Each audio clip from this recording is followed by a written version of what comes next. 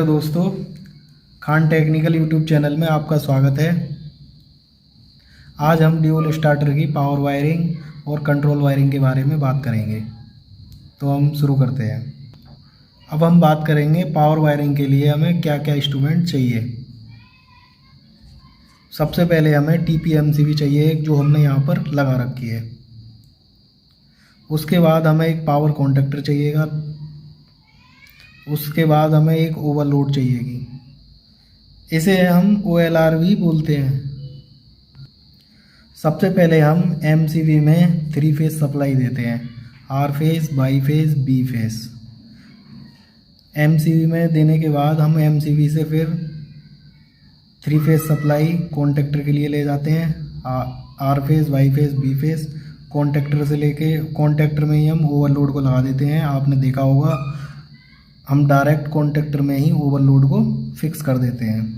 उसके बाद ओवरलोड से सीधे मोटर पे चले जाते हैं, जहां मोटर पे टर्मिनल नंबर होते हैं U1, V1, W1। U, V, W होते हैं हम, लेकिन फेरुल नंबर उसमें U1, V1 और W1 डाल लेते हैं। अच्छा, MCB के इनकमिंग सप्लाई से, जहां से हम शुरू में सप्लाई देते हैं, वहीं से हम R फेज कंट्रोल के लिए ले जाते हैं और न्यूट्रल हम सीधा डायरेक्ट कंट्रोल सप्लाई के लिए ले जाते हैं। अब हम कंट्रोल वायरिंग के बारे में बात करेंगे। जो हमने बताया था पावर वायरिंग में R फेज ये आ गया हमारा। हमने कंट्रोल के लिए एक SPMCB लगा लिया है और न्यूट्रल हमारा सीधा न्यूट्रल लिंक पे लगा लेते हैं। 32 एम्पियर की एक न्यूट्रल लिंक लगा लेते हैं, जो आपने शायद देखी होगी। फिर वहाँ से हम फेज ले जाएंगे। फेज हमारा ओवरलोड की NC पर भी आता है और फेज वहाँ से हम कॉन्टैक्टर का NO और कॉन्टैक्टर की NC और ओवरलोड के NO पर लगा देते हैं। ओवरलोड की NC से हम सीधा एक सेलेक्टर स्विच, जिसे हम ऑटो मैनुअल बोलते हैं, उसमें 1 पोल 2 वे हम लगाते हैं ड्यूल स्टार्टर में, जिसमें पॉइंट हमारे 1 नंबर और A1 और A2 होते हैं। इसमें ये एक स्विच की तरह काम करता है। अगर हम उसे 1 नंबर पे, उसमें सेलेक्टर स्विच के मेन फ्रंट पर 1, 2 इस तरीके से सिंबल बने होते हैं। हम अगर 1 नंबर पे लगाएंगे तो ये A1 पर सेलेक्ट होता है। अगर A2 पर, अगर 2 नंबर पर सेलेक्ट करते हैं तो वो ये 1 नंबर की जो सप्लाई है वो A2 पे जाकर मिलती है। इसके बाद हम, जब हमें मैनुअल कंडीशन में चलाना होगा, तो हम 2 नंबर पर सेलेक्ट करेंगे, तो ये 1 के 2 हमारा A2 पर जाकर मिलेगा। फिर यहाँ से 1 के 4 का वायर हम सीधा एक स्टॉप पुश बटन पे दे देंगे। A2 से स्टॉप पुश बटन पे, स्टॉप पुश बटन से स्टार्ट पुश बटन लूप कर देंगे। फिर वहीं से एक वायर और उठाएंगे हम, वहाँ से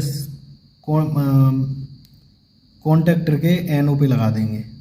जो हमारा 1 के 6 का वायर है, 1 के 6 पर हम C1 के 1 के 5 की जो वायर हमने NO पे लगाई थी, उसके दूसरी तरफ से हम 1 के 6 लगाएंगे। ऐसे ही स्टार्ट पुश बटन पर 1 के 5 जहां हमने लगाया था, उसके अपोजिट साइड से 1 के 6 लगाएंगे और यही 1 के 6 हमारा टर्मिनल पे जाएगा ऑटो कमांड के लिए। अगर हमें ऑटो में कभी चलाना हो तो हम टाइमर लगा लेते हैं, टाइमर लगा लें, या हमारा स्विच आते हैं फायर पंप वाले, वो स्विच भी लगा सकते हैं हम। मतलब कुछ भी लगा सकते हैं ऑटो के लिए। PLC से कर लो ऑटो, PLC से भी कर सकते हैं हम ऑटो में, टाइमर से भी कर सकते हैं हम ऑटो में।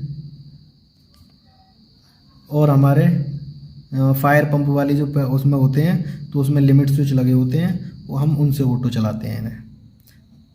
तो मैं टाइमर वाला भी बनाऊंगा और PLC वाला भी बनाऊंगा। अगली वीडियो में आपको टाइमर वाला हम बना के दिखाएंगे। तो हम कहाँ थे हम, फिर हाँ, ये 1 के 6 की जो वायर है हमारी कॉन्टैक्टर में हमारे कॉइल पे 2 पॉइंट होते हैं। ये हमारा कॉन्टैक्टर हो गया, तो इसमें यहाँ नीचे 2 पॉइंट होते हैं, एक A1 और एक A2। और किसी कॉन्टैक्टर में ऊपर भी होते हैं, किसी कॉन्टैक्टर में A1 यहाँ होगा, A2 यहाँ होगा, और किसी कॉन्टैक्टर में A1 यहाँ होगा तो A2 यहाँ होगा।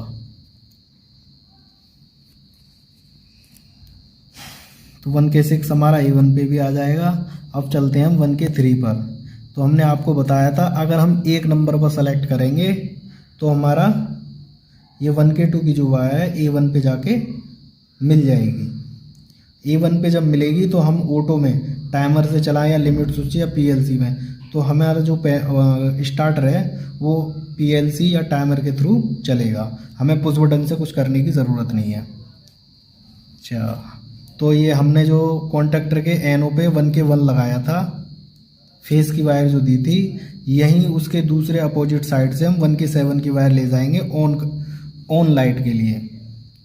जब हमारा कॉन्टेक्टर होल्ड होगा तो हमारा ऑन की लाइट आ जाएगी।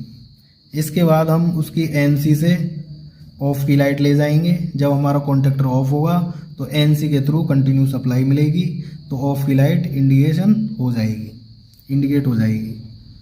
और हम ट्रिप की लाइट ओवरलोड के NO से लेते हैं। जब हमारे स्टार्टर में कोई फॉल्ट आ जाए या ओवरलोड चलेगा तो ओवरलोड पर हमारी ओवरलोड जो रिले है वो ट्रिप करा देती है, शॉर्ट सर्किट या ओवरलोड पर, तो उसके थ्रू हमारी ट्रिप की लाइट इंडिकेट हो जाती है। और हमारा न्यूट्रल लिंक है, तो हम वहाँ से हमने न्यूट्रल लिया था सीधा। न्यूट्रल से हम 32 एम्पियर की कंट्रोल में अधिकतर हम न्यूट्रलिंग लगाते हैं, तो 32 एम्पियर की हमने न्यूट्रलिंग ले लिए। वहाँ से न्यूट्रल जो उठाएंगे हम कॉन्टेक्टर के A2 पे लगा देंगे और हमारी 3 ऑन ऑफ ट्रिप तीनों लाइटों पर न्यूट्रल लूप कर देंगे। तो उम्मीद करता हूँ दोस्तों आपको वायरिंग समझ में आई होगी, कंट्रोल वायरिंग और पावर वायरिंग। अगर दोस्तों किसी को मेरी समझाई हुई वायरिंग समझ में ना आई हो तो कमेंट बॉक्स में कमेंट करें और मैं अगली वीडियो में डिटेल में समझा दूंगा। अगर आपको वीडियो पसंद आई हो तो लाइक करें, कमेंट करें। अगर आप हमारे यूट्यूब चैनल पर नए आए हैं तो सब्सक्राइब करें। Okay, good bye.